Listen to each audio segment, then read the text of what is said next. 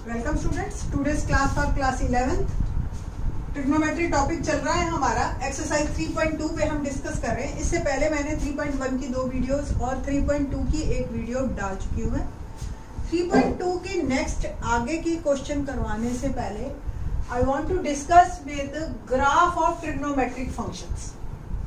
तो graph of trigonometric functions अगर आपको क्लियर हो गए ना, इसके बाद आगे का आपको ट्रिग्नोमेट्रिक क्वेश्चन काफी इजी हो जाएगा आपके लिए। तो थोड़ा सा इस वीडियो को जरा ध्यान से देखना आप। कई बार कुछ काम एक्सरसाइज करने के लिए नहीं होते, कुछ काम आपको फंक्शंस को समझने के लिए भी होते हैं। अगर आज आपने ये वाला टॉपिक समझ लिया तो आई थिंक सो आपका 12th के 4 मार्क पक्के हो गए। ठीक है, तो be serious and be attentive in the class.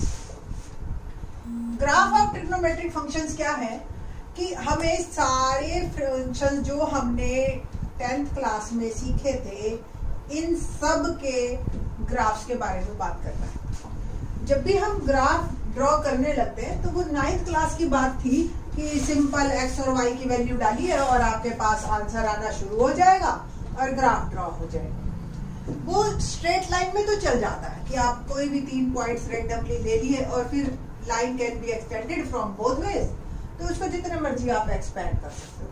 फिर हमने फर्दर आपको उसमें क्वेश्चंस भी दे दिए थे कि जो है आप एक पॉइंट निकालो जहां पे ये लाइन एक्स एक्सिस को कट कर रही है। अब सपोज आपने ये लाइन ड्रॉ कर रखी है, आप इसका एक्सटेंड कर लो, एक्स एक्सिस को कट करता हुआ पॉइंट मिल जाएगा आपको, है ना। तो इस तरीके से आप बड़े आराम से लाइन के मामले में तो ये चल जाता है, बट कर्व्स के मामले में नहीं चलता। कर्व अगर सपोज आपका ये है और आपने कर्व का सिर्फ ये पोर्शन ड्रॉ कर लिया, अब आपको कैसे पता चलेगा कि आप कैसे एक्सटेंड करोगे, कैसे इसको मूव करोगे, कहाँ जाएगा ये कर्व।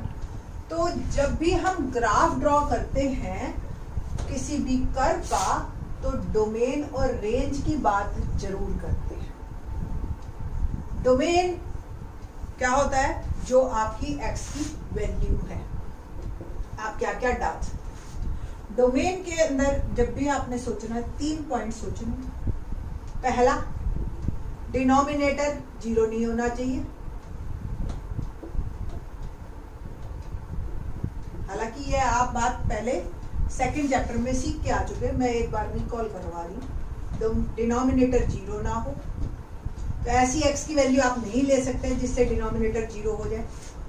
सेकंड, अंडर रूट में नेगेटिव नहीं होना चाहिए, अदरवाइज फिर वो रियल नंबर नहीं रहेगा, आंसर रियल नहीं आएगा आपका। और थर्ड, लॉग हमेशा पॉजिटिव के साथ चलता है, तो ये मॉड वैल्यू चलती है आपकी। ठीक, तो ये तीनों चीजों का हमें ध्यान रखना है। जितना 11th 12th में फंक्शंस है उसमें ये ही कवर होता है। अब जो बात कर रहे हैं हम साइन एक्स की बात कर रहे हैं। अगर आपको पता हो, साइन एक्स हम लोगों ने 10th क्लास में सीखा था, PBH। तो साइन एक्स एक्चुअली एक्स कुछ भी आप कोई भी वैल्यू लो। 10th में तो हमने सिर्फ एक्यूट एंगल पे ही बात की थी, 0 से 90 डिग्री बस, है ना। और आपने याद हो, आपको टेबल भी बनाई थी आपने ऐसे करके, और यहाँ 0 डिग्री, यहाँ 30 डिग्री, यहाँ 45 डिग्री, फिर 60 डिग्री एंड 90 डिग्री, बस कितनी ही बनाई थी आपने साइन एक्स। ये 0, ये 1, फिर 1/2, 1/√2 और √3/2, ये पॉइंट्स थे आपके। तो वैल्यूज आपकी जो चल रही थी वो 0 से 1 के बीच में चल रही थी। ठीक, इसके बाद जो आपने अगर ये वीडियो देखी हो इससे पहले वाली 3.2 एक्सरसाइज की, तो उसमें हमने आपको चारों क्वाड्रेंट में बता दिया है, ऐड शुगर टू कॉफी करके, कि चारों क्वाड्रेंट में कहाँ कहाँ साइन पॉजिटिव है, कहाँ कहाँ नेगेटिव है, ये भी सब चल। आज जो हम बात कर रहे हैं वो हम ये बात कर रहे हैं कि साइन की मैक्सिमम वैल्यू कितनी जाएगी और मिनिमम वैल्यू कितनी जाएगी। आप देखिए, P/H किसी भी ट्रायंगल में, चाहे वो इस साइड हो, चाहे इस साइड बनाए ट्रायंगल, चाहे इस साइड बनाए, कैसी भी किसी भी क्वाड्रेंट में बनाए, P is always less than H। Even बराबर भी नहीं होता, फिर भी चलो पर्टिकुलर केस में 90 वाले केस में आपका बराबर हो गया। ठीक है, तो ऐसे टाइम पे आपका हमेशा वैल्यू साइन की 1 एंड -1 के बीच में रहती है। ठीक है, 1 एंड -1। हमने यहां डाली close bracket, domain all real number, आप कोई भी रियल नंबर यानी कि x की कोई भी वैल्यू डाल सकते हो in radian as well as in degree, और रेंज आपकी 1 से -1। आज हम डिस्कस करेंगे कि इसका ग्राफ कैसा जाएगा।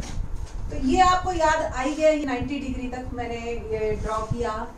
तो अगर मैं इसका ग्राफ ड्रॉ करूं, अब मेरे ग्राफ में y जो है वो 1 से -1 के बीच में ही जाएगा, है ना। अच्छा, 0 पे फंक्शन है मेरा y = sin x, x की वैल्यू मैंने 0 डाली तो y 0, टेबल बन गई मेरी।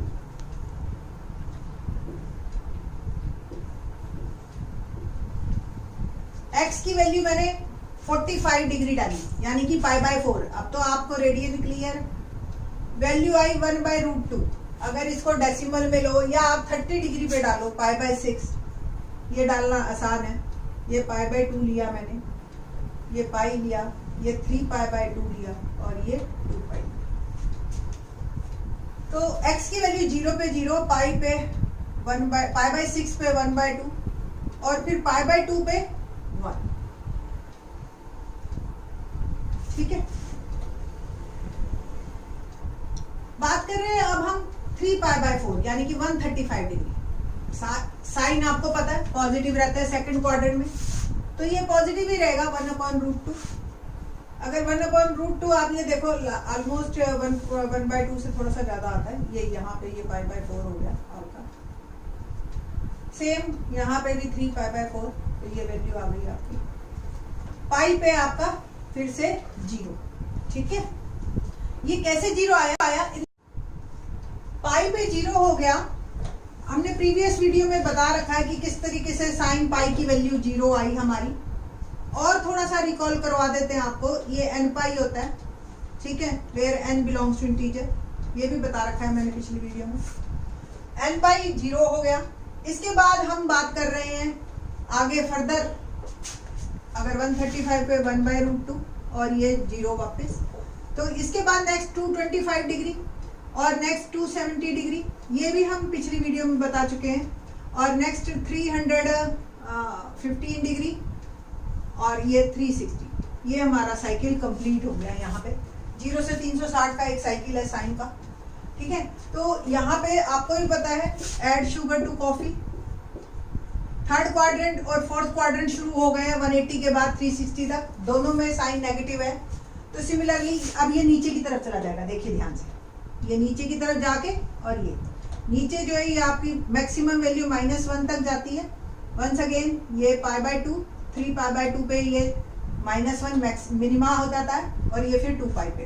कुल मिला के 1 से -1 के बीच में आपका पूरा ग्राफ चलता है साइन एक्स का। और ये जो है इसलिए ये पीरियोडिक फंक्शन कहलाता है। क्या कहलाता है? पीरियोडिक फंक्शन, कि एक पर्टिकुलर पीरियड हो गया, इसके बाद नेक्स्ट पीरियड स्टार्ट, सेम, फिर नेक्स्ट पीरियड स्टार्ट और नेक्स्ट पीरियड। जो भी ऐसे फंक्शन जो एक प्रॉपर टाइम के बाद वापस शुरू हो जाते हैं, लाइक आपका सनराइज होना, सन सेट होना, लाइक दैट, इस तरीके से ये सब पीरियोडिक फंक्शन है आपके। ठीक है, तो ये साइन का आपका ग्राफ है। ये आपको अच्छी तरह से समझ आना चाहिए क्योंकि हमारे बहुत सारे काम ग्राफ पे ही डिपेंड करते हैं।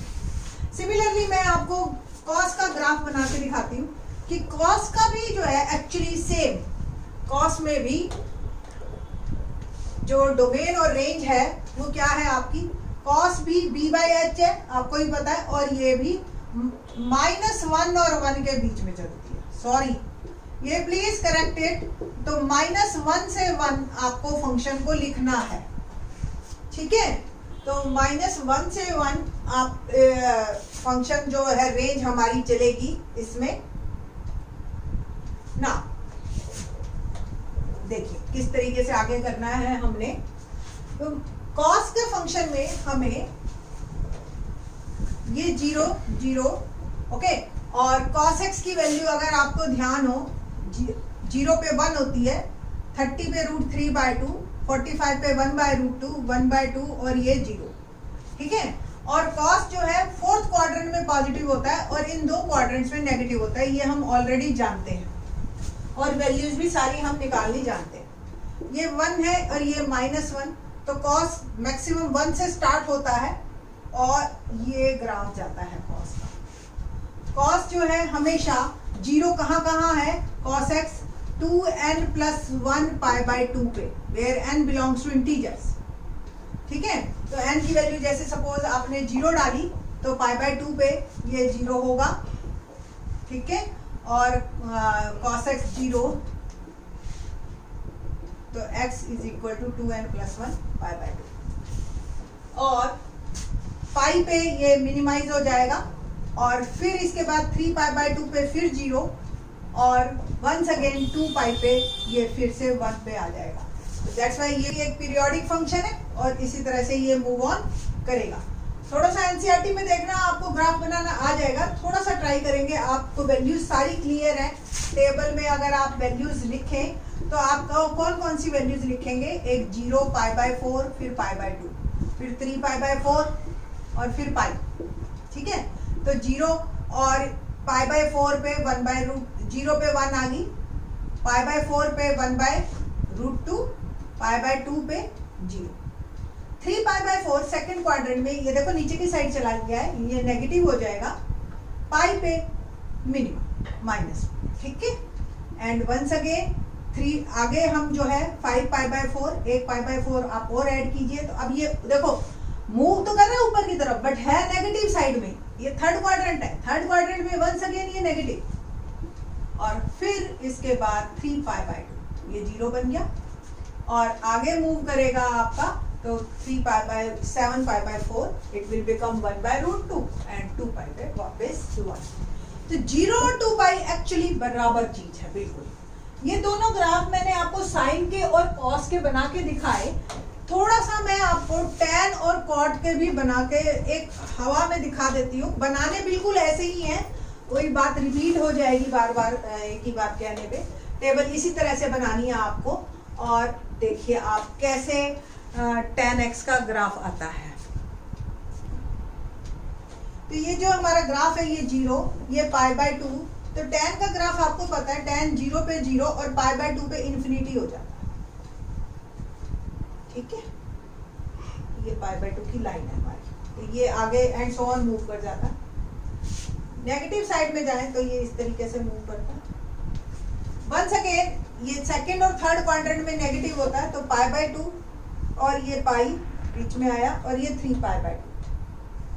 तो ये tan का ग्राफ आप अगर बनाएंगे तो इस तरीके से जाएगा आपका, एंड सो ऑन। ठीक, तो आप बना के देख लेना, मेरे ख्याल से कोई प्रॉब्लम आएगी नहीं। सिमिलरली कॉट का एनसीईआरटी में दे रखा है, सीकेंट और कॉसेक के भी दे रखे हैं, आप ट्राई कीजिए, आपको इजी लगेंगे 2 ग्राफ बनाने के बाद।